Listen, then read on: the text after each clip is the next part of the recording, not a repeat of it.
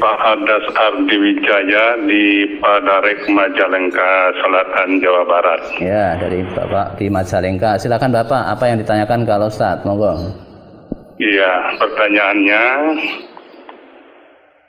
salah satu tanda disebutnya ilmu agama Islam dari dunia ini karena wafatnya para ulama. Pertanyaannya, bagaimana membentengi ilmu agama agar tetap tegak di muka bumi ini, kendati pun krisis ulama semakin mengkhawatirkan. Bisakah generasi penghafal Al-Quran yang semakin meningkat menjadi pengganti para ulama soleh? Mohon tausiahnya. Atur nuhun. Assalamualaikum warahmatullahi wabarakatuh. Waalaikumsalam warahmatullahi wabarakatuh. Ya Bapak, kita tahu dengan matinya para ulama diangkat ilmu. Kalau ulama itu warasatul anbiya. Innal ulama warasatul anbiya. Ulama itu adalah pewaris para nabi. Nah, nabi mengajarkan agama, maka ulama-ulama memahami ajaran agama itu. Nah, supaya tetap dipertahankan meninggalnya ulama itu tetap ada juang-juang agama, maka jangan sampai ulama itu kurang memperhatikan terutama generasi penerusnya. Ku anfusakum wa ahlikum naro, terutama jaga dirimu, jaga keluargamu, jangan tersentuh api neraka. Di samping itu, kalau ulama warasatul anbiya, pewaris para nabi, nabi itu menyebarkan Islam, menyebarkan dakwah Islam. Maka ulama ini, kalau kita khawatir nanti kalau saya meninggal, generasi saya tidak paham agama, maka Nabi sudah mengatakan, wa may yuridillahu bihi khairan yufaqihu fiddin. Ya, siapa dikehendaki Allah menjadi orang baik, ya, dipahamkan tentang agama. Jadi kalau agama itu dikuasai para ulama, ulama ini jangan sampai meninggalkan generasi yang sesat. Harus dididik, disebarkan. Tugas ulama itu memahamkan umat kepada pengertian agama, sehingga nanti ada kata ulama ini meninggal, ya tak? Generasi penerus pemahaman agama tadi masih ada. Tapi kalau ulama tidak memikirkan generasi penerusnya, dan nanti maka itu ulamanya mati, gantinya nggak ada. Dalam hadis Nabi diterangkan, karena ulama-ulama yang mengerti agama sudah sama meninggal, sudah orang yang tinggal orang-orang bodoh, tidak paham tentang agama.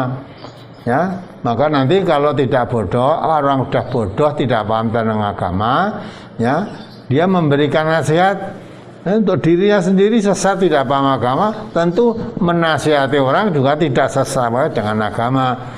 Akhirnya sesat dan menyesatkan. Ini yang dikhawatirkan oleh Nabi. Maka dalam hal ini supaya kita tidak kehilangan itu, kita harus didik. Ya. Nah, adapun orang yang hafal Quran apa mesti mengganti. Orang hafal Quran tidak menjamin mengganti.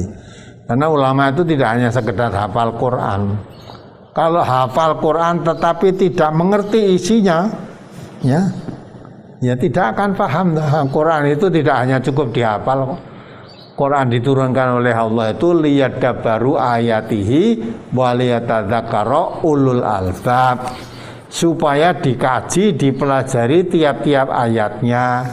Dengan mempelajari, mengkaji tiap-tiap ayatnya itu, orang yang punya akal fikiran yang sehat supaya dapat pelajaran. Nah itu kalau hanya dihafal aja tidak paham. Ya, seperti kita lah, Al-Fatihah itu saya yakin semua hampir boleh dikatakan hafal Al-Fatihah.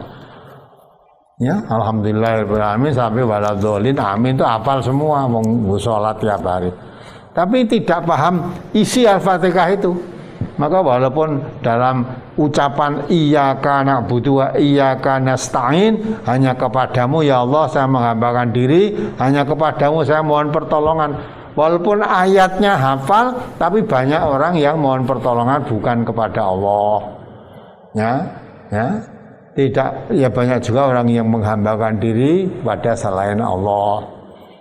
Ya, maka di pengajian akad kita terkumpul jimat-jimat yang diyakini oleh orang-orang Islam itu, ya, sampai 3 lemari di pengajian akad pagi itu, 3 lemari besar-besar. hampir setiap akad pagi ada yang menyerahkan jimat. Ada lagi yang memahami membawa Quran kemana saja, maka Quran itu dibuat, Quran mushaf, Quran besar kan nggone rekoso, maka dibuat Quran kecil-kecil sak korek api itulah, yang katanya itu Quran Istanbul lah, kemana-mana itu dibawa kan jadi jimat. Itu namanya ya tidak paham tentang maksud membawa Al-Quran. Maksud membawa Al-Quran itu maksudnya Quran itu dibawa dalam kehidupan. Perilakunya diatur sesuai dengan kehidupan Al-Quran, bukan mushafnya yang bawa kemana-mana. Ya, karena bawa mushaf gede susah bawanya, itu diperkecil, jadi dikantongi kemana-mana, dibawa jadi jimat, jadi syirik kan malah. Nah, itulah karena tidak paham. Maka orang yang hafal Quran itu tak menjamin yang diperintahkan oleh Allah itu paham tentang Quran, tidak hanya sekedar hafal. Kalau hafal tidak memahami isinya, ya tidak bisa mengambil pelajaran dari situ. Maka kalau kita mendidik anak, ya menghafal Quran sudah bagus, tapi alangkah bagusnya tidak sekedar menghafal, tapi memahami apa yang dihafal itu, isinya, memahami isinya.